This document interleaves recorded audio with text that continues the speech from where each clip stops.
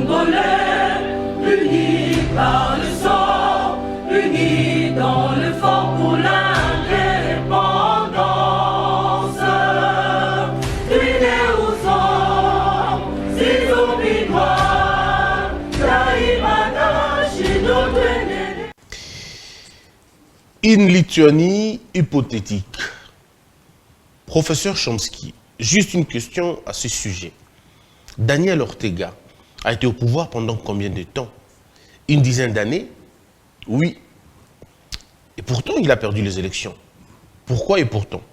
Eh bien, il a contrôlé le pays pendant 10 ans. Comment ça, il a contrôlé le pays? Eh bien, il a contrôlé la presse. Non. En fait, le Nicaragua est, à ma connaissance, le seul pays dans l'histoire qui, alors même que l'on l'attaquait, ait permis à un journal d'opposition important de fonctionner. Un journal qui prônait le renversement du gouvernement par la violence, s'identifiait avec l'armée des mercenaires sous contrôle étranger qui assaillait le pays et avait été fondé mi-officiellement, mi-officieusement, même si tout le monde le savait, par les agresseurs étrangers en question. Cela n'était auparavant jamais arrivé dans l'histoire. Les États-Unis ne toléreraient pas une seule seconde ce genre de choses.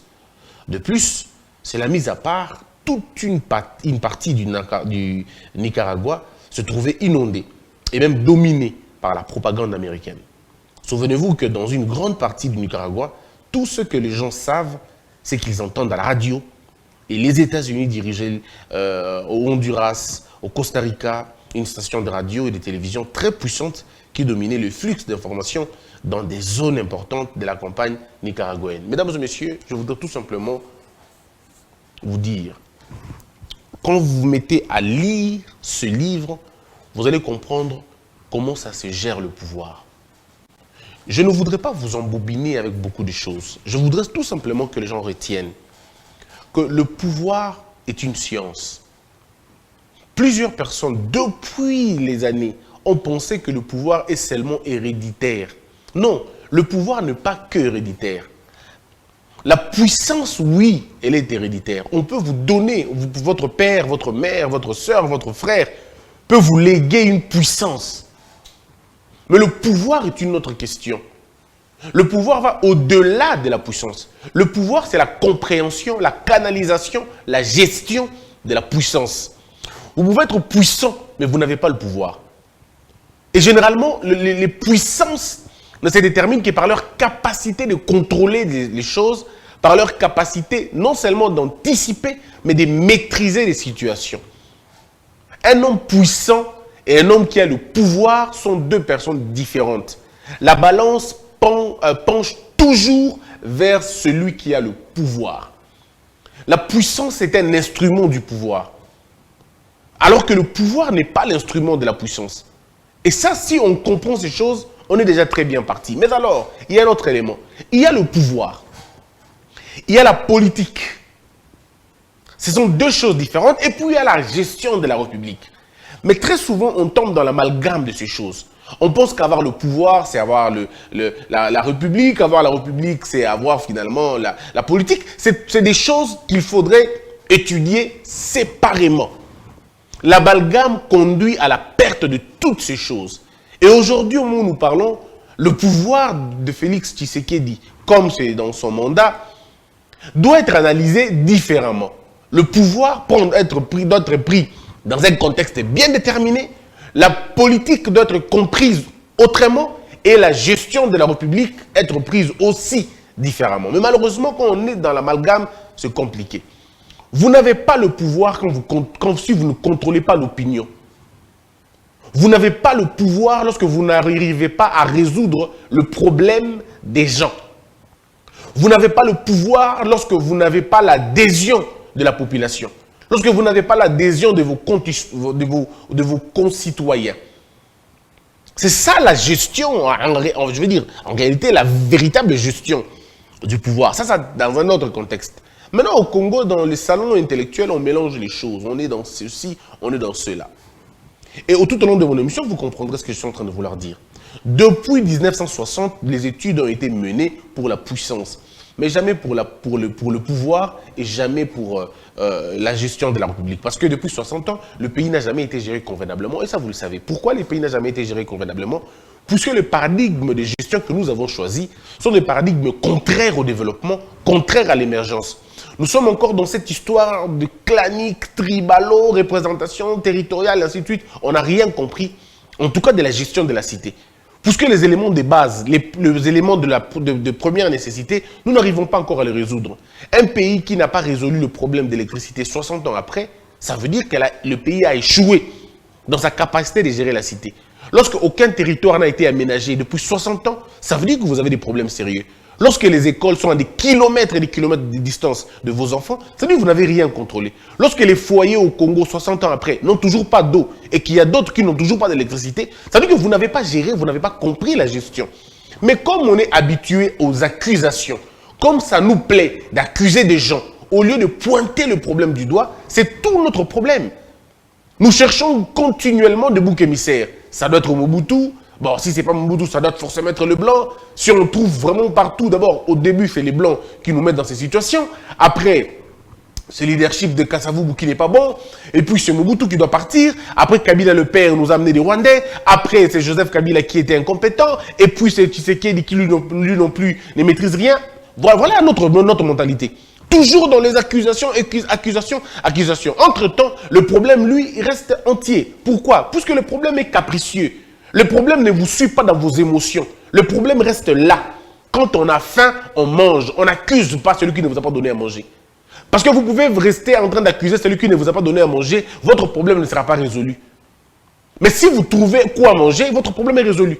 Et vous n'aurez plus besoin de la personne qui vous a privé à manger. Parce que vous avez déjà trouvé la solution.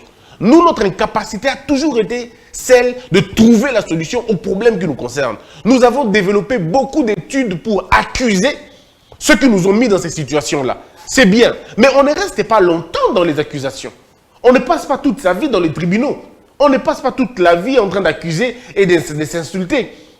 Il y a un moment donné, on doit dépasser nos clivages, aller au-delà de nos divergences pour trouver des solutions à nos problèmes. Tant qu'on ne résoudra pas ce problème-là, ce pays restera toujours là. Parce que vous savez, au pays, au Congo, il y a des démons et puis il y a des anges. Malheureusement, le démon se trouve où? Au pouvoir. Les anges dans l'opposition. Mais très souvent, quand il y a changement, les anges qui étaient dans l'opposition, qui arrivent au pouvoir, ne vous produisent pas finalement le paradis. Et les démons qui étaient au pouvoir hier, quand ils rentrent à l'opposition, ils n'angélisent pas non plus l'opposition. C'est une preuve que le problème est ailleurs. Le problème se trouve ici. C'est là où le problème se trouve. Tant qu'on ne résout pas le problème d'intelligence, rien ne va marcher. On a un problème aujourd'hui, le problème de l'Est. Le problème de l'Est. Alors, au lieu de regarder le problème dans son intérieur, nous, on est encore en train de regarder qui nous ont mis dans cette situation. Mais le problème n'est pas là. Vous entendez les opposants par-ci, par-là. J'ai vu une vidéo de M. Martin Fayulu, mais franchement, j'ai envie de dormir. Nous sommes en train de parler de la situation de l'Est. Non, M. Martin, lui, il est encore dans l'histoire des Banyamulenge sont les Congolais ou pas. Excusez-moi de vous le dire. Que l'on dise les Banyamulenge soient Congolais ou pas Congolais, ça résout quel problème exactement? Ça résout quel véritable problème? Dire qu'ils sont Congolais ou ils sont Rwandais ou ils ne sont pas... Au stade actuel, ça résout quel problème? Mes frères et sœurs, tous les débats qui ne vous apportent pas de solution en ce moment sont des débats inutiles. Ce sont des débats de distraction. Je vous ai toujours dit, le Congo n'a jamais connu de problème de tribus. Nous n'avons jamais connu de problème d'ethnie. Les problèmes ethniques et les problèmes des tribus sont généralement la faille de la gouvernance. C'est parce que l'État congolais n'a pas su transcender ces sentiments tribaux-claniques que nous nous retrouvons dans ceci.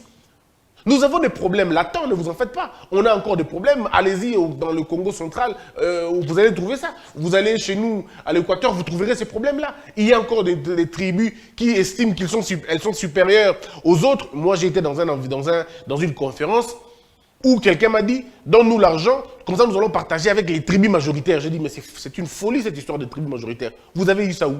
Cette tribu majoritaire. Donc ce problème, généralement, n'a jamais été le problème des tribus, là, mais c'est plutôt le problème de la gestion, soit de la territoriale, soit des questions tribales, ethniques, et ainsi de suite. Nous n'avons pas encore dégagé la notion de la nation. Les gens ne se séparent pas encore de leur passion tribale ethnique. Les gens s'identifient beaucoup plus comme un Kassaïen, comme un Équatorien, que comme un Congolais. Voilà pourquoi la question de « je suis Congolais » ne suffit pas. On pose « tu es Congolais d'où » D'où comment? Congolais du Congo? Mais d'où? En fait, quelqu'un veut savoir d'où tu viens pour t'identifier. Alors qu'il y a quelque chose de fondamental qui n'a pas besoin de tout ça. C'est notre cerveau. Notre cerveau n'a pas besoin d'être Mongo ou Luba, ou Tetela ou Mongo. Le cerveau n'a pas besoin de tout ça. Le cerveau a besoin d'identifier le problème et le résoudre. Point barre. Parce que qui d'entre nous prend un taxi et demande au taximène aux amoutans du Tomuluba? Oui, ou attends, le monsieur qui te fait le vernis, qui te fait les vernis dans ma colonne, à qui tu donnes même le soin des pieds, de tes pieds, une partie aussi sensible de ta vie, tu donnes à un monsieur à vernis. L'enseignant qui t'a enseigné à l'école, tu lui as déjà posé la question de quelle tribu était-il? Ton pasteur, tu lui as déjà posé la question. Pasteur, avant de dire un message, moi qui vous parle, tous les abonnés qui sont abonnés à ma chaîne, vous êtes déjà posé la question de quelle tribu je suis? Vous voyez qu'en réalité, au fond de nous, on n'a pas ce problème-là. Mais la faille de la gouvernance nous a poussés dans ces divisions inutiles. Alors la question de l'Est est là. Au lieu de trouver un moyen de le résoudre, ça va faire plus de 120 jours que Bunagana est occupé. Plus de 120 jours aujourd'hui. Au lieu de nous mettre en lieu de dire, bon, tout le monde a une solution à un problème, non, nous on est encore en train d'accuser Kabila, Salakiboy, Dani, Tshisekedi, Kanakiboy, Katumbi Kouta, le bel côté, Vital Kabila, Salakiboy. On est dedans.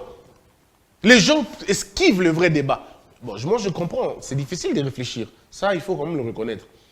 Et ceux qui ont du mal à réfléchir, il faut parfois avoir pitié d'eux. C'est très difficile de réfléchir. Mais exerçons-nous quand même, faisons un peu d'effort, s'il vous plaît. Faisons un peu d'effort.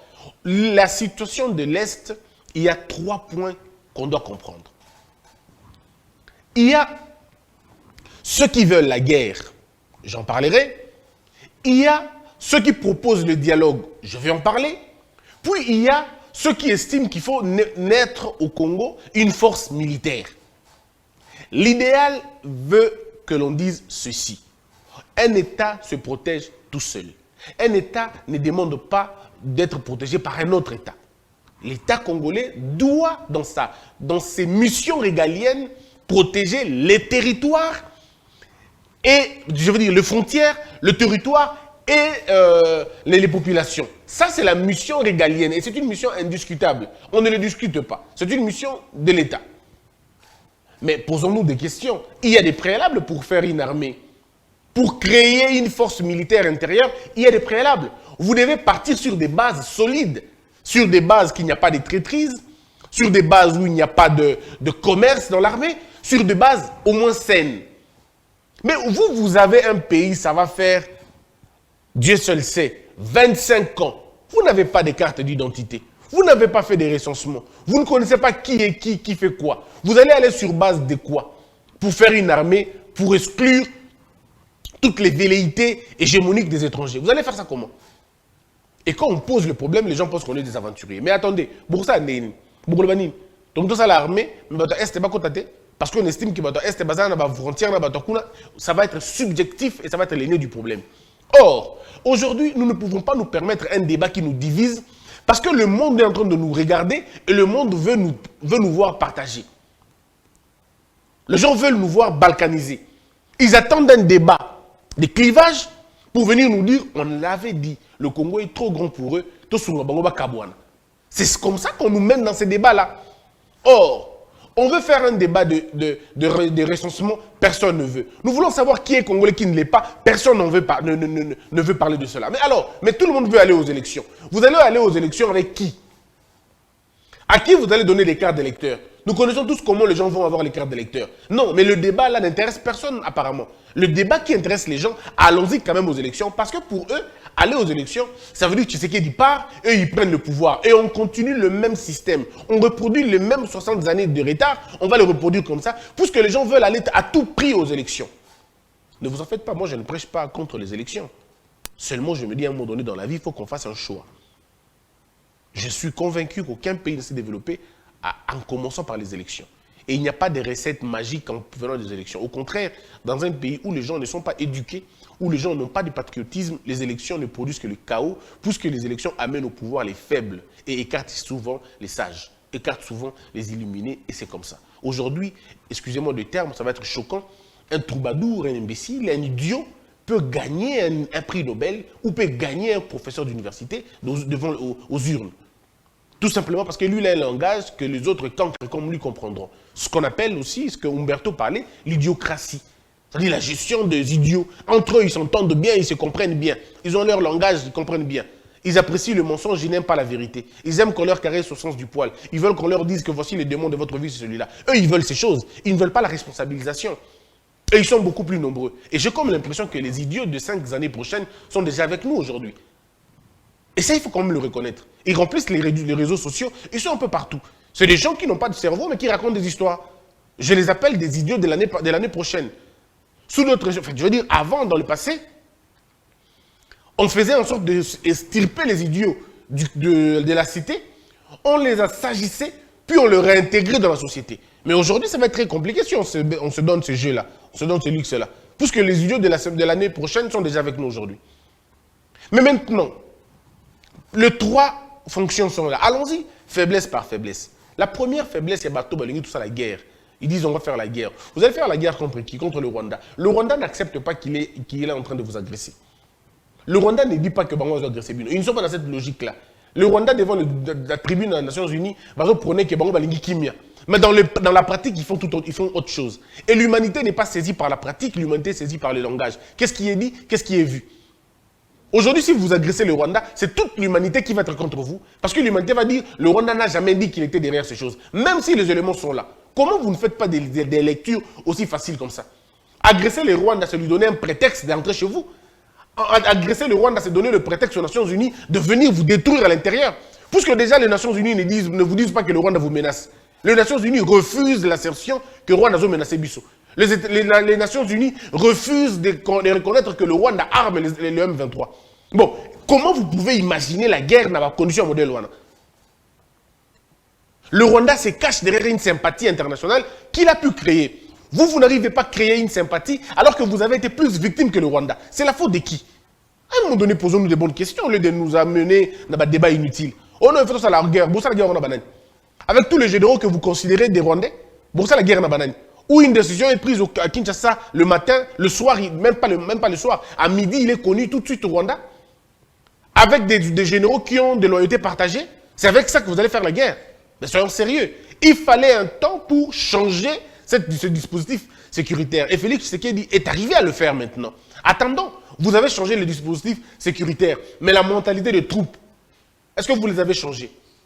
Les conditions de vie des militaires, est-ce que vous avez changé tout ça? Avec vos réseaux sociaux que vous laissez librement comme ça, où les gens peuvent se mettre à démobiliser les militaires, où on parle plus de salaire des forces régionales que de nos forces armées ici. Pensez-vous que vous allez gagner une guerre comme ça? C'est quoi la mentalité du peuple pour gagner la guerre? Non, les gens disent des choses parce qu'ils veulent bon, bon. Qui sont vos alliés? Ils vont vous soutenir jusqu'où? Où auriez-vous des armes? Vous êtes sous embargo. Et vous êtes sous une longue procédure. Même pas sous embargo, mais longue procédure. Ne voyez-vous pas qu'il y a une complicité du monde contre vous? Aucun pays voisin n'a condamné le Rwanda. Aucun. Même pas un pays voisin n'a condamné le Rwanda. Ici, Congo-Brazzaville est en train de donner au Rwanda des terres. Vous n'imaginez pas tout ça? Centrafrique est prêt à aider le Rwanda dans cette logique-là. Vous êtes pratiquement encerclés. Et c'est l'idée de la guerre que vous voulez. Vous n'avez même pas encore maîtrisé votre armée. Vous n'avez même pas encore maîtrisé vos frontières. Mais c'est tout de suite, vous voulez la guerre. Mais vous commencez la guerre aujourd'hui, on va faire un deuil demain. On va faire un deuil national. Mais attendez, je ne comprends pas comment les gens peuvent dire des choses de façon irresponsable comme ça. La guerre est une question à long terme. On imagine la guerre, mais on l'exécute plus tard. La guerre commence d'abord par la pensée. Vous commencez d'abord par imaginer comment on fait. Comment démystifier l'autre. Puisque aujourd'hui, la guerre, avant d'être la guerre physique, elle est d'abord une guerre psychologique. Et la guerre psychologique, c'est la guerre de médias. Combien de médias vous avez déjà élevés chez vous?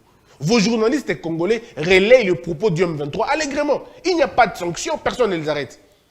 Avez-vous déjà vu un journaliste français relayer les propos russes? Mais il faut que les gens soient sérieux.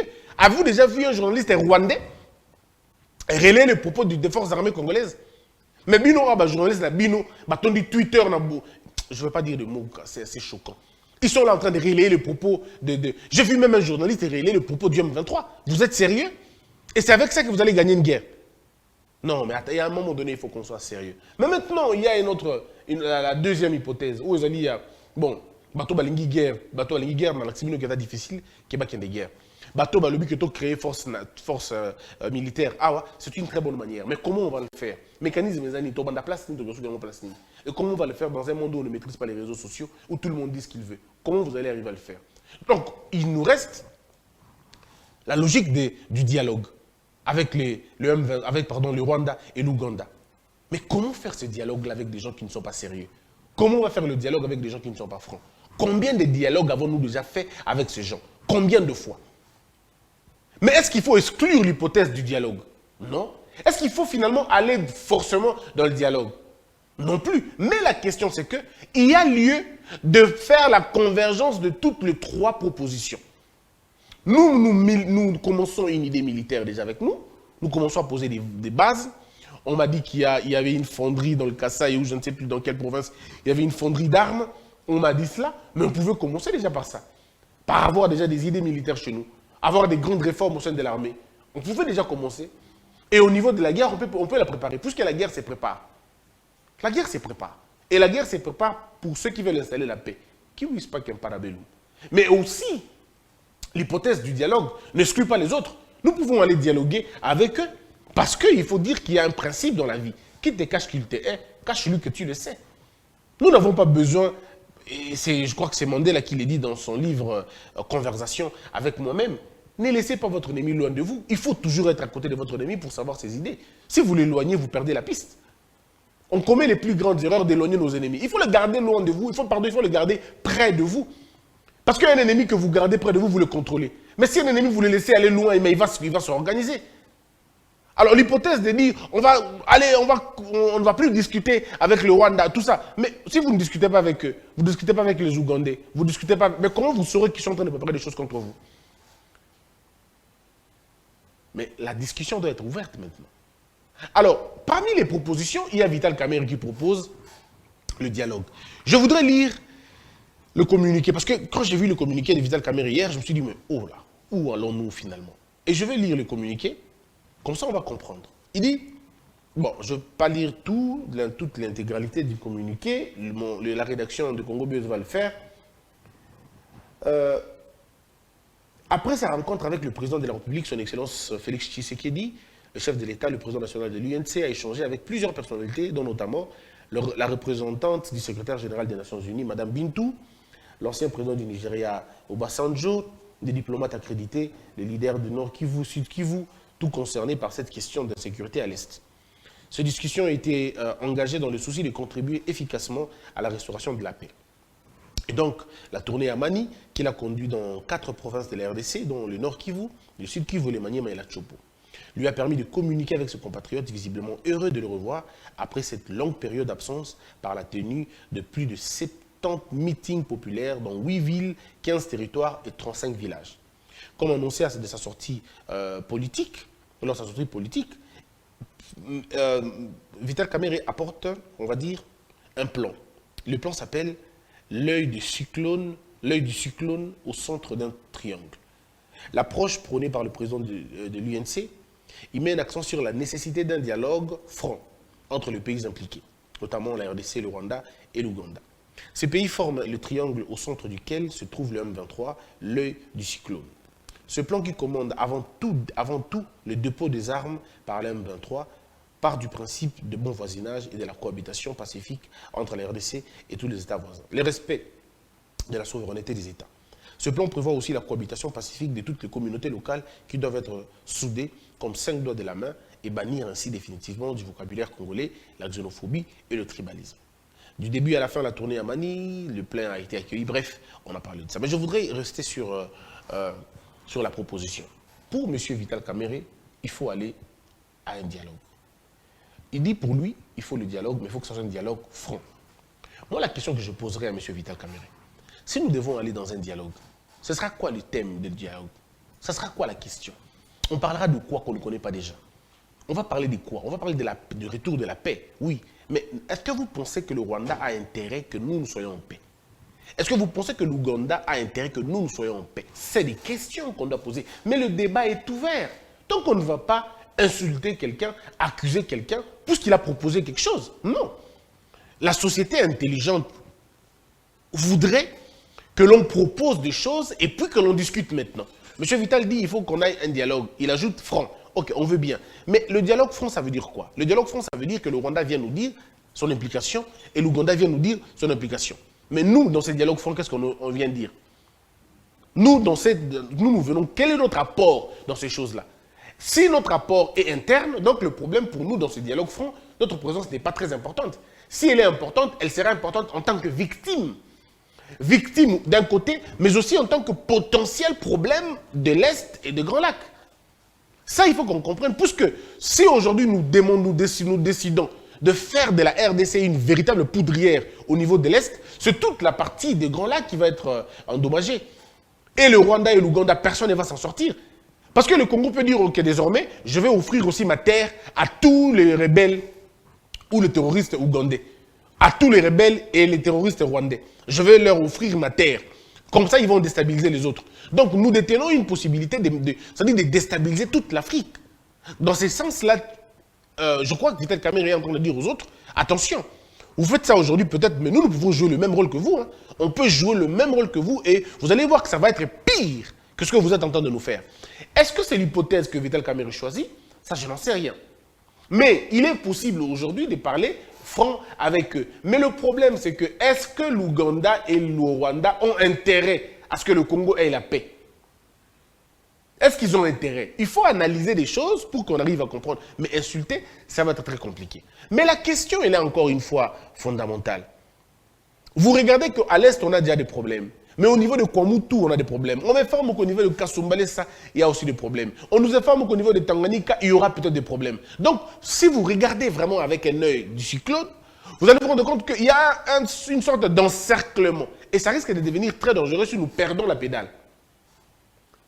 Mais sommes-nous prêts aujourd'hui à négocier?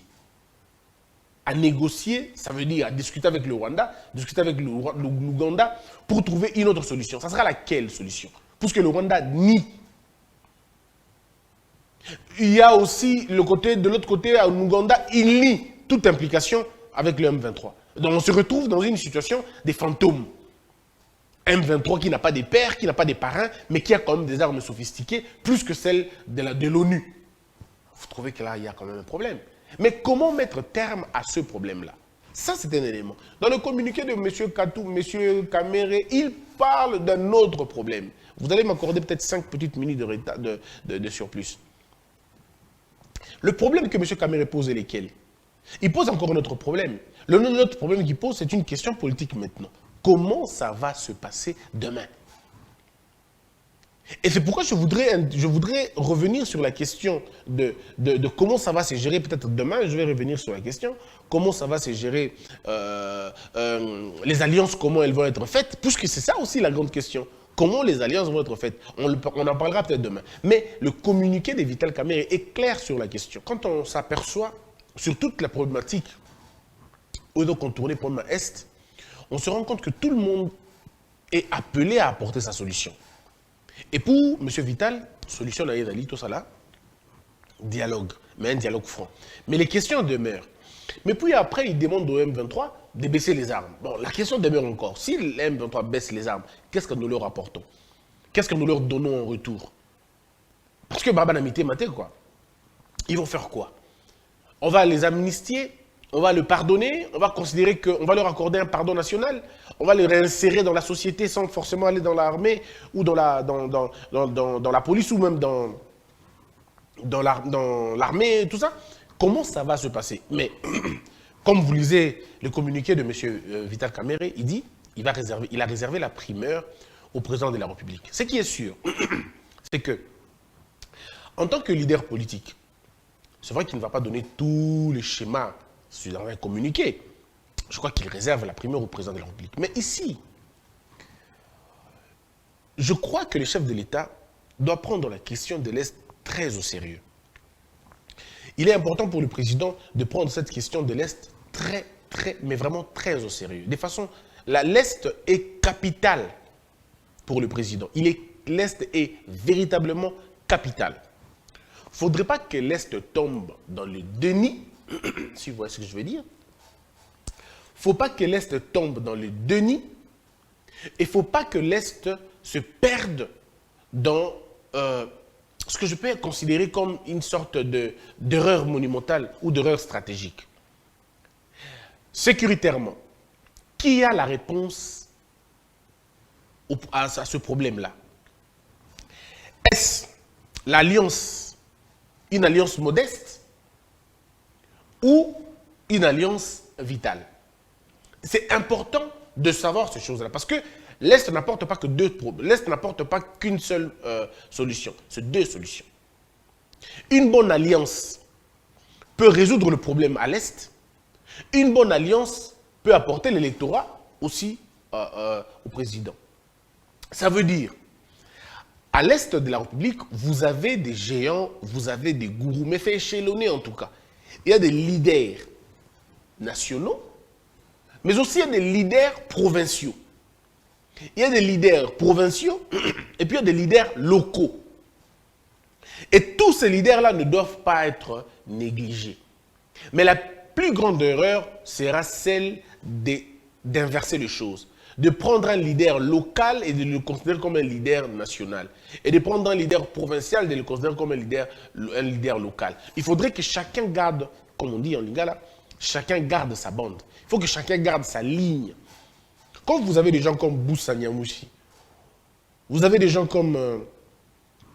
bon, je ne sais pas tous les noms, mais ils sont nombreux quand même là-bas. Mais c'est là la grande question.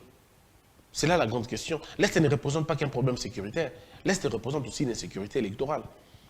Et vous ne vous posez pas la question. Le bloc de l'Est est un bloc très dangereux. Mais c'est là où il y a tous les opposants du président Félix Tshisekedi. Le vrai. Katumbi, Kabila, Shadari, Matata. Mais tous sont de l'Est. En fait, du moins du bloc Soyluphone. Tous sont de là. Maintenant, comment comprendre cette question-là? Comment résoudre ce problème-là? Parce que si vous arrivez à résoudre le problème de sécurité à l'Est de la République, tous vos opposants n'auront plus un seul discours. Alors, est-ce qu'ils ont intérêt vraiment à ce que la paix revienne à l'Est? Ils n'ont pas d'intérêt. Ils n'ont pas d'intérêt. Puisque pour eux, c'est un discours politique. Nous pensons que l'insécurité à l'Est est un problème. Mais pour eux, ils ont aubaine. Ne vous en faites pas. Les opposants de Tshisekedi n'ont aucun intérêt qu'à l'Est les a pacifiés. Ils n'ont aucun intérêt. Parce que ce qui va résoudre le problème à l'Est, guerre on a sali 24 ans. Nous avons résolvé le problème à Azate. Ce que Tshisekedi est au pouvoir. Boukanti plein que bâton pour la guerre ici la kuna. Par contre, la guerre ici la tête.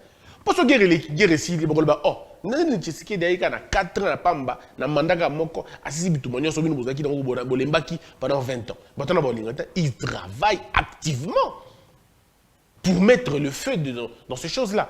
Mais je ne dis pas que Shadari, Matata, non, je ne dis pas que on est dans la guerre. Non, je dis que quoi, ils ont intérêt à Bango, à Tamoukete, que situation qui met dans la cour, même quand on fait des discours de paix. Mais ce n'est pas dans leur intérêt.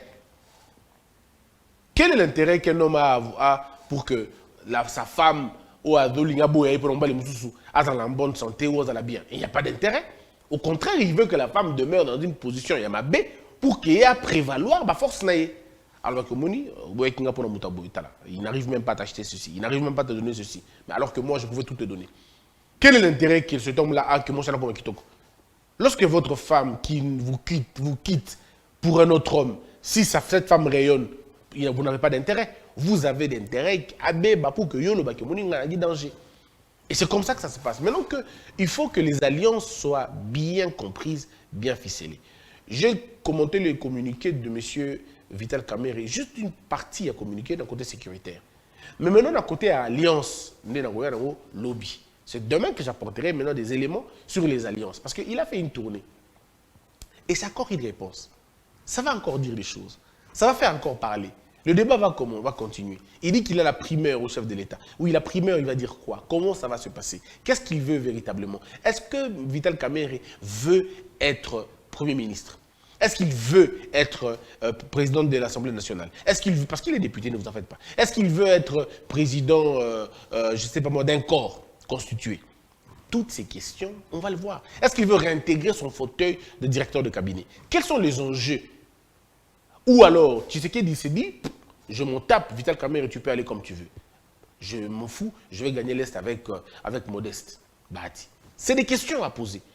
C'est pourquoi je pose toujours cette question et qui devient aujourd'hui virale. La question, elle est simple. L'Est est-il vital ou modeste? Que la peur quitte nos esprits et que Dieu bénisse les RDC.